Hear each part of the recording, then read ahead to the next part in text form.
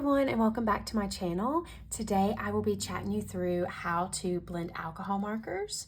I have been coloring exclusively with alcohol markers for just over a year now, and I compiled a list of what I've learned through trial and error and watching videos and reading books. And a lot of times I just feel like it can be really intimidating because most resources have way too much information.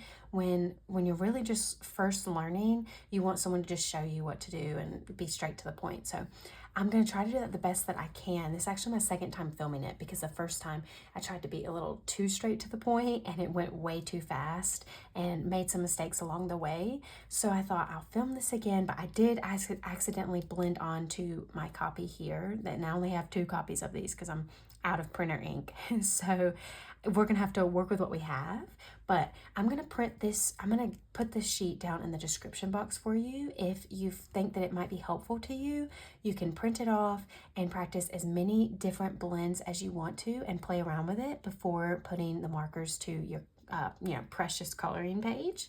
So I wanted to go ahead and show you the different types, and then we'll go through some different techniques, and then I'll finish off by covering this stuff here up at the top. There's a little spot here and here to put the colors you used, and yeah, we're just gonna go one by one and talk about these. These in this section, they overlap a little bit, but I felt like it was important to mention them to make some important distinctions between the different terms. So they're kind of in sections here. So let's start with section A. So the first is a tonal blend. So this is when you're going from a light to a dark shade of the same color.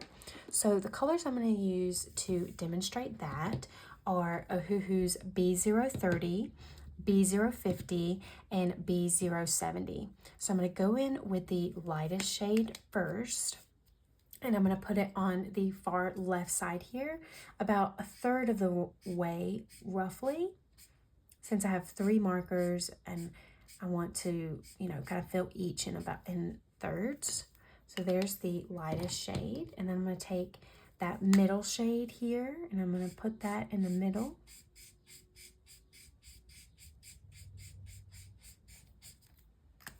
And then lastly, I'm going to put the darkest shade on the right.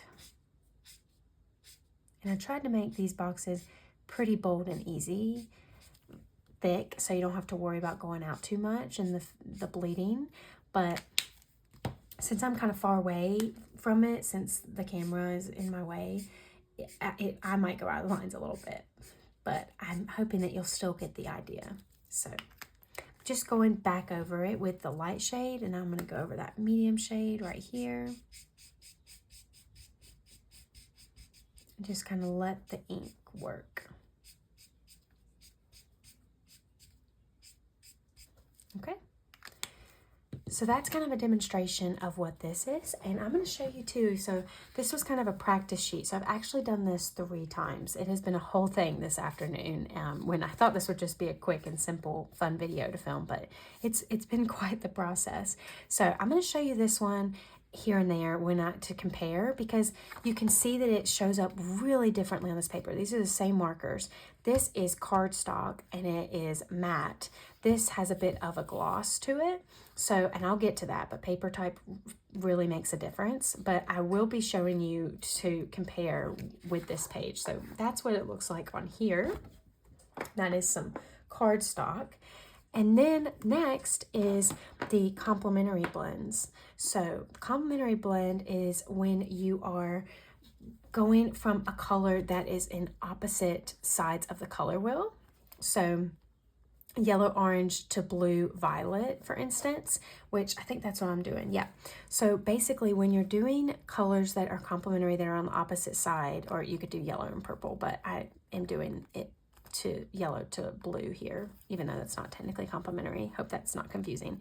But basically what you're going to want to do is you're going to want to use the colors in between the two to create that gradient. So it really helps me to have a color wheel to do that. But here we go. I'm going to show, and I actually was using the same colors that I saw in one of the books I'll show you later. So that's why I just realized it's kind of funny that they didn't actually do complementary, because yellow and blue are not, but that's okay. We'll still get the idea. So I'm going to go in with Y070, And I'm going to do that because I'm using 4 markers. I'm going to put that in about 1/4 of the way here. Kind of end up being more like 1/3. And then I'm going to take this blue-green, which is GY4. I'm going to put that here.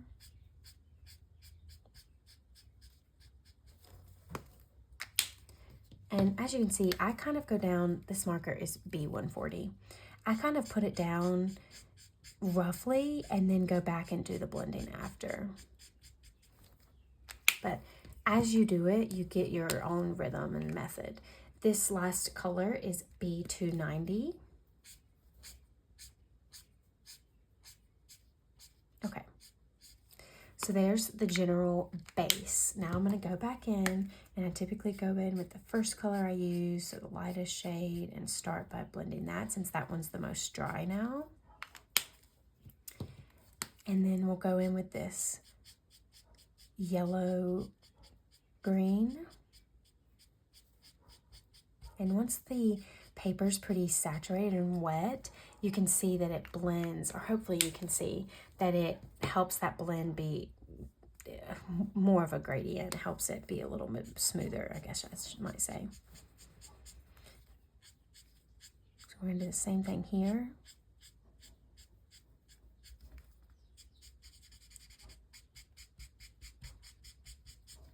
And then sometimes I'll end up going pretty much all over the dark with the shade that's under it, or any of the darker shades, or the lighter shades, excuse me, because it's lighter, it won't destroy that darker color, and it helps it really blend. Now I'm gonna just keep playing around with it till I feel happy with it.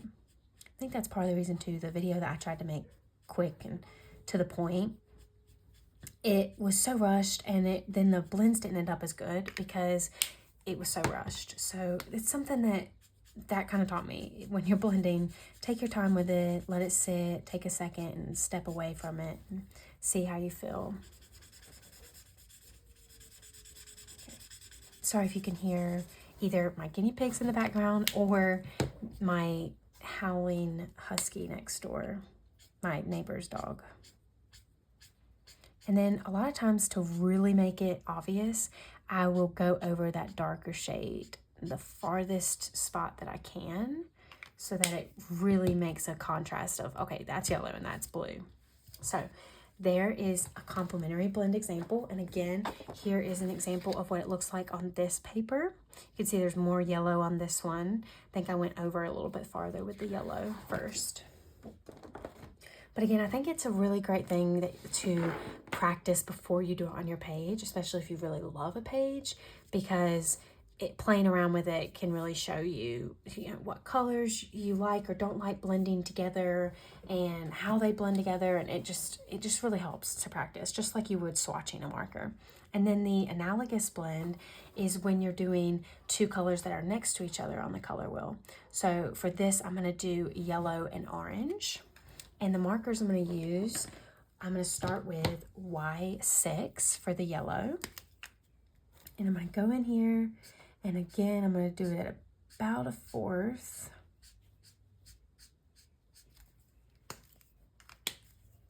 And then I'm going to take Nugget, which is Y140, and I'm going to put that one right here and take it about halfway. And I touch on this, I will touch on this when I talk about things up here, but the closer the shades, the easier it is to blend. So those nearly blended perfectly because they're so close. And then Y10, but when you have a bigger difference like this, it shows.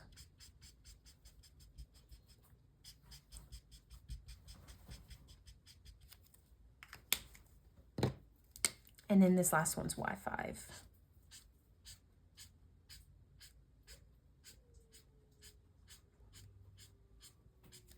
Okay. Again, I'm going to take when I'm trying to blend 2 colors, I take the lighter of the 2 and put that back over there. And just like a colorless blender has the alcohol base of alcohol markers without the dye. And so that ink helps it pick up off the paper and lift it and almost erases it a little, but it also helps them blend like this and run together. It really saturates that area. So similarly, when you're blending with a marker, even if it has dye, it does that same thing. So if you really concentrate it over that same spot, it's going to pick that ink up a little bit. And see, I'm taking, this is orange, and I'm going over here, and it's not losing that red. It's just helping it blend a little better. And I'm just going to kind of bring it a little farther this way so it... One last time, I'm going to take Nugget and do it that same direction. And another thing to note that you can kind of see here as it's feathering out is the more ink you put on the page, it can only hold so much, so it can run out of the lines. So that is a little trickier too when you're doing this on actual page. But that is an analogous blend. So those are the different types. You can do one shade here, or you can do complementary, which are on opposite sides of the color wheel, or analogous, which are right next to each other on the color wheel. And then the next section here, section B, is blending one color, which again, like I said, there will be overlap. Well, this one I guess doesn't overlap as much. This one is very similar to this, but I'll get to that. So B350, let's say that I was, actually, I'm going to start with V250. So V as in violet, 250. If I was to put this down first, and let's say I did this on a coloring page and I thought, man, that is too purple. I wish that that had a little bit more blue in it. Then the wonderful thing about alcohol markers is you can overlap them. Like I said, I'm far away from the page, so it's trickier to stay in the lines. Next, this is B350, and I can go over this, and this marker is pretty blue on its own, but when you layer it on top of this purple, it makes it a blue purple. And the purple was obviously very purple on its own, but when you layer this on top, it combines the two. So pretty self-explanatory, but I just wanted to, again, to make that distinction that that is what it's like when you blend to make one color. It's pretty self-explanatory. And then when you're blending to transition between colors, again, overlapping a little bit with this. This is an example, but I wanted to show you another one. So this one is the only blend that I'll be doing that has 4 different colors. So it's a little bit bigger of a blend. Or did I say 4? I meant 5 if I messed that up. But I'm going to start with YR180. Put this orange. And then I'm going to take R2. Let me see if that's what I meant to. I think it might have been this one. They might have gotten out of order. Yeah, so this one's the one I'm actually taking next, which is RV350. They got out of order just a little bit. And there's going to be less of each color the more colors you have.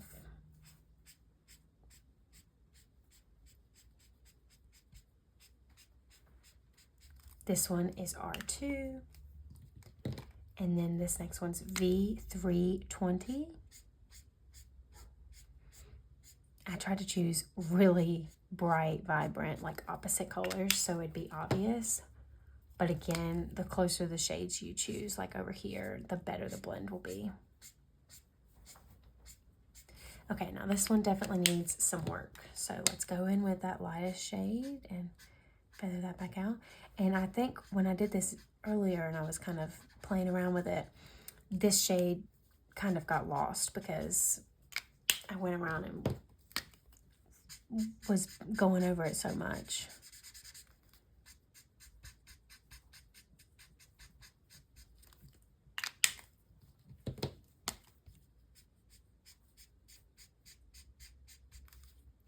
The purple really doesn't want to blend. Maybe it was the other way actually, and I messed it up because that seems like it would have worked better because this has a bit more of the purple. I think it was. I think I might have messed that up, but I'll show you on my other paper what it looked like.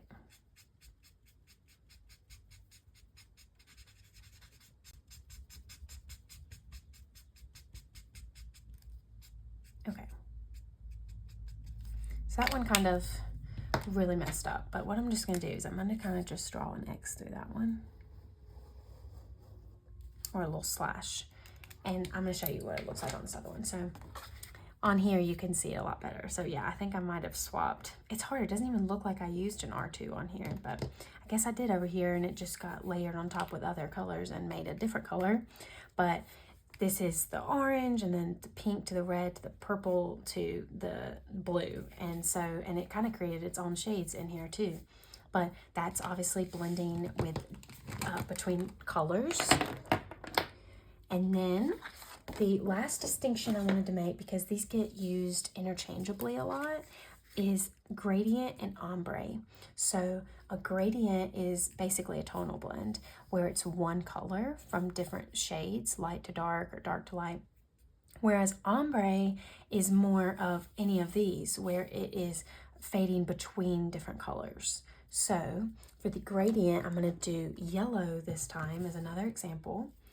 And the first shade I'm going to be using is Y3.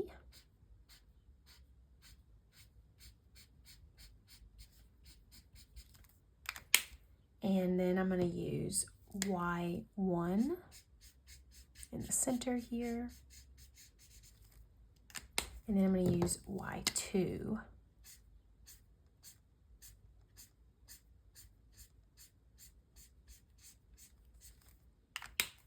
And then I'm just going to go back in and kind of play around with blending.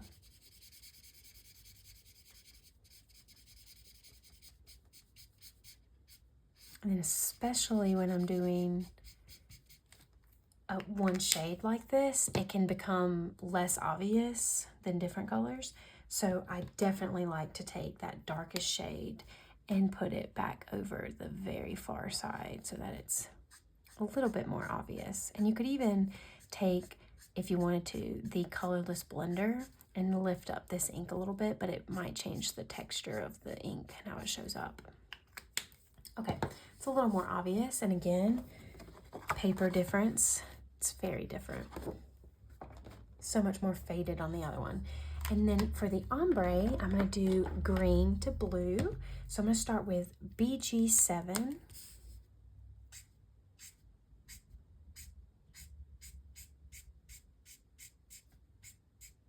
Let me know if you are doing this alongside me and you find really good marker blends. I'd love to know which ones worked well for you. Okay, that was PB9. And then the last one is B64.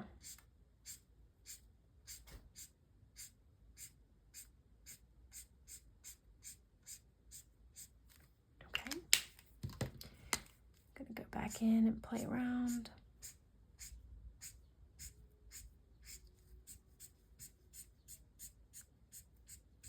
Kind of losing that shade in the middle.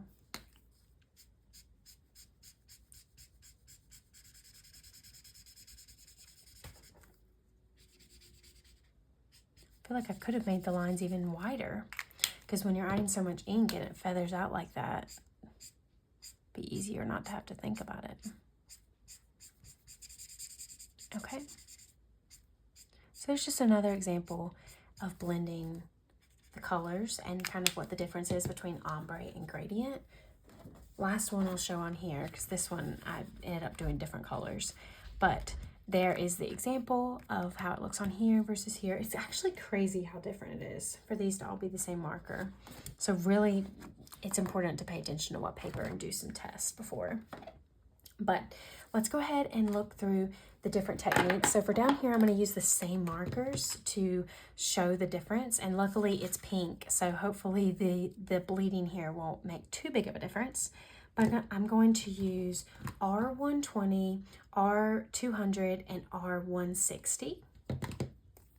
So R120, I'm going to take, this is feathering, which you've mostly seen me do up here, but basically, because that is kind of my main way of doing it, but you're going to just feather, going to taper out your stroke to which direction it is to the next color. So basically you're wanting it to be really concentrated when you first put your pen down, and then you want to kind of taper that off so that there's less of this color and the next color in the center to kind of help them blend. So then I'm going to take R200 in the center here, and I'm going to show you with feathering what I do is, as you can see, when you feather like this, it makes a pretty straight line like that. And so I don't want to go in with the next color and have a harsh line. So what I actually do is I overlap the two like this so that that center stroke is really concentrated with that color. And then you've got feathering on either side. When it's in between two colors, that's what I do. And then R160 we'll put over here.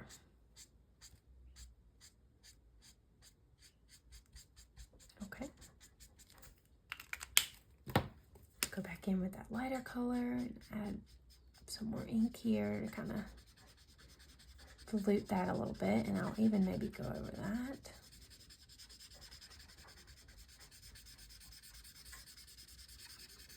Okay.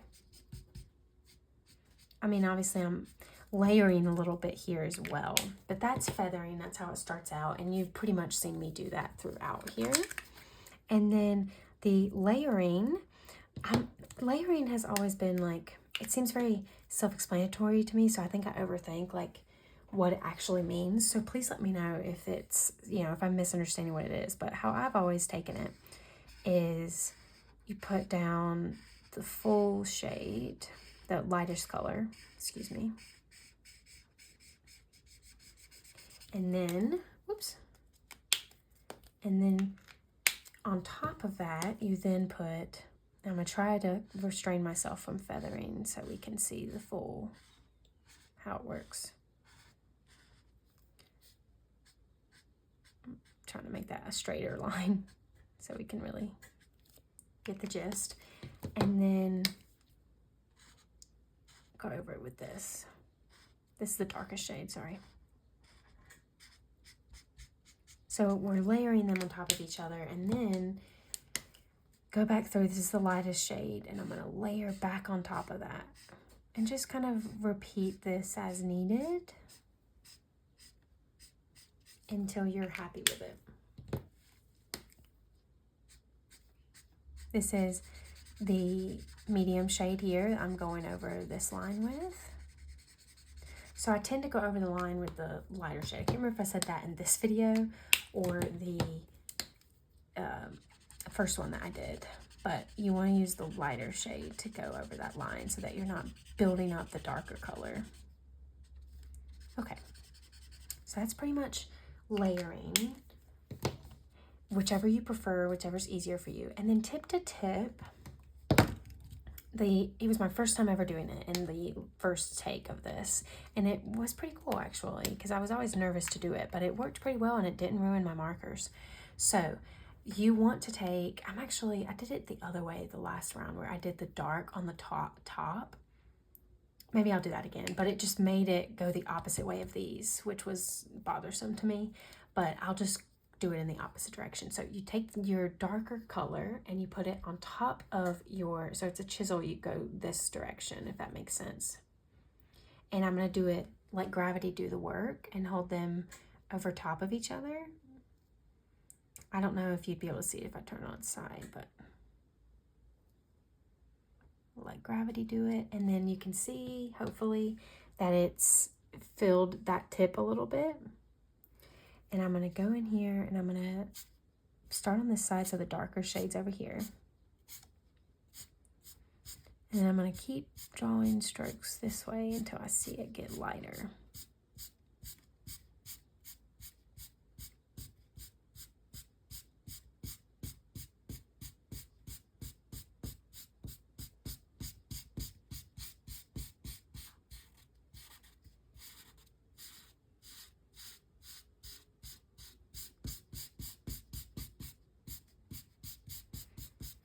Now, I think people don't like to ruin their markers, but that does make a really smooth gradient, and it is honestly pretty satisfying. And then this doesn't even really have any of that dark.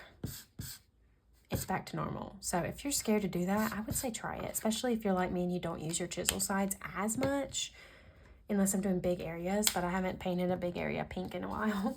So I was okay with doing it with these markers, but that's some different techniques. Hopefully you can kind of see the difference there. And then, of course, like I said, on this paper, if you print it out, you can write down the colors you used. And then up here, I just wanted to talk about the important factors, tips, and resources and supplies to wrap it up. So, like I said, paper type is important. Play around with that, but typically smoother is better because the more tooth, the more it's going to absorb those inks and it's harder to move it around. So the smoother the paper, the better it is because you can really manipulate that ink a little bit more, at least in my experience. And then also do your research on the marker brand that you use. I know Copics and Ohuhus work well. I'm using Ohuhus, of course, but I've heard that Sharpies don't work as well. So just something else to consider. And then lastly, the tip shape. I use Ohuhu's Honolulu brand or series. So one side is that tip has really seen better days, but one side is a brush tip and one side is a chisel, like I said. And the brush tip is what most people prefer for blending because you can do that feathering effect and it's just simple and easiest and it comes out nicely. So I'm biased, but that's my favorite, I would say. Although this is my first time doing tip to tip and that was impressive. But I feel like if you're doing it in a detailed area behind stuff, that would be a lot trickier. So I just really like the brush tip. And then finally, or not finally, not quite, I'm getting ahead of myself. The tips here, so tools, you can use a colorless blender. Let's see, with your set typically comes with a colorless blender, which is just, like I said, the base of the marker without the dye. So rubbing alcohol, you can use 99%. I think you should use, I think if you use less than that, it can be more harmful, but I think it's supposed to be 99% or more. Rubbing alcohol if you're going to refill these, and even then I think who says to not do that, just buy new markers or refills of the colorless blender. You can just buy a set of these on Amazon, but I'm going to try out that rubbing alcohol and see how it goes because that would save plastic and money. But basically you can use these to, like I said, to manipulate the ink a little bit, and also use a cotton swab with rubbing alcohol that I've heard also works well. And I think I tried that in the first episode of this series. And then also having markers ready. So for when you're using more markers like this, it helps if you have them out, I've found, but I put the cap on so I don't get them mixed up. So I'll hold multiple markers like this and have them ready and just do them one after another so that the ink stays pretty wet, because I've just found the wetter the ink stays, the easier it is to move them around and blend it and keep it wet. So that's one suggestion that I would make. And then another thing is using transition shades. So again, I already kind of talked about this, but when you have colors that are closer together, that blend's going to be much easier to achieve. So taking care in which colors you choose to transition, and the more you choose, the better. This is not a good example. Don't pay attention to that because it wasn't great color choices, even though it was a lot of colors. I could have done different colors there to help it blend more. But like, for instance, if I did yellow, dark green, and a dark blue, it wouldn't have blended as well as having a yellow green and a blue green. So something else to think about. And then also color your base first. That's kind of similar to layering, and it's kind of what I did here. But when you put down, let's say I was doing one of these and I did the lightest shade over the whole thing, and then I did the medium in the middle, and then I did the dark. When you have a base first, that helps the paper stay wet, I've heard, and it can help it blend. So that's something else to play around with. Another thing, using the marker names. So for instance, for this same one, I did Y1 and Y2 and Y3 because I knew that they would go well together. So when you're looking at your swatches, they have color families. So pay attention to that, and that will help you know which markers may blend together better and help save you some time and guesswork. And then the last tip here is to find a balance. So you've seen me probably do that a little bit in this video, but basically you want to stay pretty quick with what you're doing so that the ink doesn't dry, but you also want to find a balance of taking a step back and looking at it and letting the ink work for itself, because once you stop moving, the ink will go and do its thing. And so you don't want to overblend and add too much color, and then you lose, the more you go over it, you lose the lighter shades. You might cover up some other shades and lose them in the process. And so yeah, just finding that middle ground is important. And then the last section here, which is actually finally, is resources and supplies. So the first thing I want to mention is guidebooks. You've heard me mention these. If you've been on my channel before, you've probably heard me mention these. But let's get creative with markers and new guide to coloring. I have found these books so helpful, and the reason I wanted to mention them in this video is because this marker book has a page about blending with alcohol markers, and then this new guide to coloring book, which has different types of media. If you happen to stumble across this video and you don't use alcohol markers, thank you so much for watching this anyway. I appreciate it. But it has a whole blending section with different examples and places to practice and tip to tip and all kinds of things. And then layering. It is like these books have so much, and I just really love them.